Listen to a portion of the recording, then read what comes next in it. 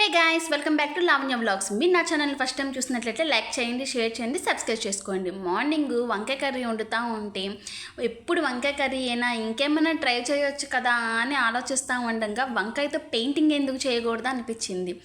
సరే కదా అని చెప్పి నేను టూ పీసెస్ తీసుకున్నాను, చిన్న సైజు మీడియం సైజు ఇవి.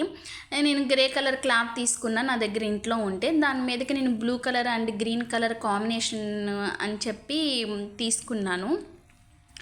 వంకాయలు చిన్నవి ఎందుకు తీసుకున్నానంటే మా పాప ఫ్రాక్ మీద ట్రై చేద్దాం అనుకుంటున్నాను. అందుకని చెప్పి నేను మీడియం సైజే తీసుకున్నాను. చిన్నపిల్లలకి చిన్నవి అయితేనే బాగుంటాయి కదా, మరి పెద్ద వంకాయలతో వేసినా కూడా అంత బాగోవు కదా అని చెప్పి ఈ గ్రే కలర్ నేను సింగిల్ లేయర్ తీసుకున్నాను. డబల్ లేయర్ లాగా పెట్టుకోకుండా సింగిల్ లేయర్ పెట్టుకుని దాని కిందకి పేపర్ వేసుకోండి కంపల్సరీగా. లేదు అనుకుంటే కింద టేబుల్ కంటిద్ది.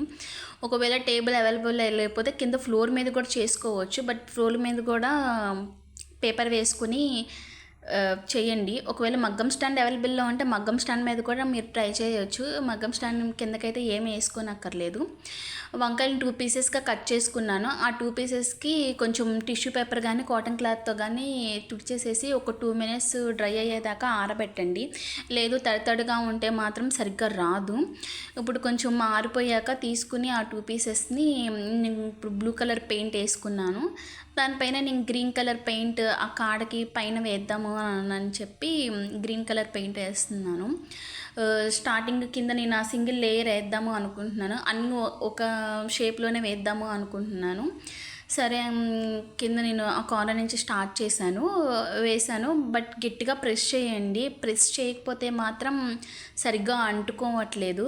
ఇదిగో చూడండి, నేను ఇక్కడ గట్టిగా ప్రెస్ చేయలేదు, అందుకని చెప్పి సరిగ్గా అంటుకోలేదు. సరే, నెక్స్ట్ పీస్ అని చెప్పి తీసి కొంచెం మళ్ళీ బ్లూ కలర్ గ్రీన్ కలర్ నేను అప్లై చేస్తున్నాను. కొంచెం డార్క్గానే అప్లై చేసుకోండి, లేదు అనుకుంటే లైట్గా పడుతుంది.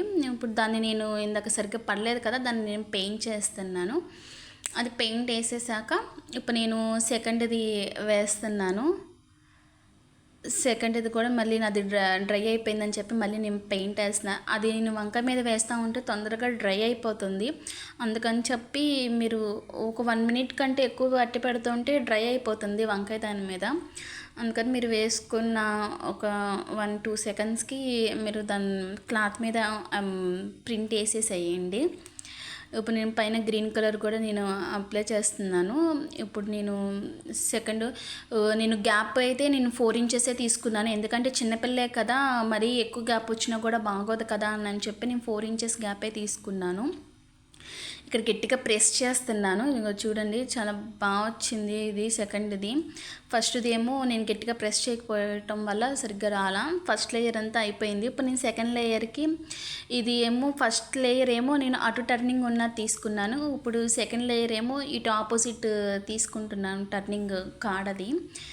దీనికి కూడా నేను బ్లూ కలర్ అప్లై చేసి అండ్ గ్రీన్ కలర్ వేస్తున్నాను.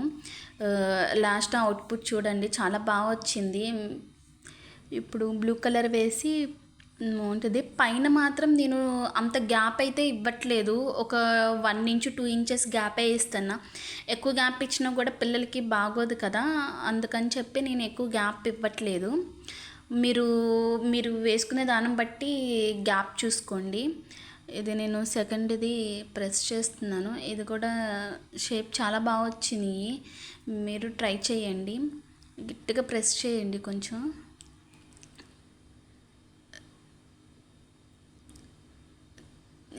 బాగా వచ్చింది. తర్వాత సెకండ్ లేయర్ కూడా నేను అలాగే అప్లై చేసుకున్నాక కొంచెం డ్రై అయ్యాక నేను అవుట్లైన్ ఇచ్చాను బ్లాక్ కలర్తోను. బ్లాక్ కలర్ అవుట్లైన్ ఇచ్చాక చాలా బాగుంది. బ్లాక్ లైన్ ఇచ్చేసేసాక సెకండ్ లేయర్ కూడా నేను ఇలాగే 2 లేయర్స్ వేసుకున్నాను. 2 లేయర్స్ వేసుకుని బ్లాక్ లైన్ అవుట్లైన్ ఇచ్చాను. బ్లాక్ లైన్ అవుట్లైన్ ఇస్తే ఇదిగోండి ఇలా వచ్చింది, చాలా బాగా వచ్చింది.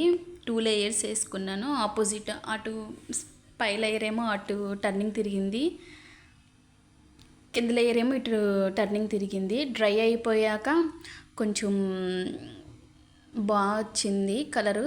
నేను బాడీ మీదకి మాత్రం 3 తీసుకున్నాను, అటు షోల్డర్ మీదకి 2 వచ్చేలాగా, మిడిల్లో 1 వచ్చేలాగా. చాలా బాగుంది పాప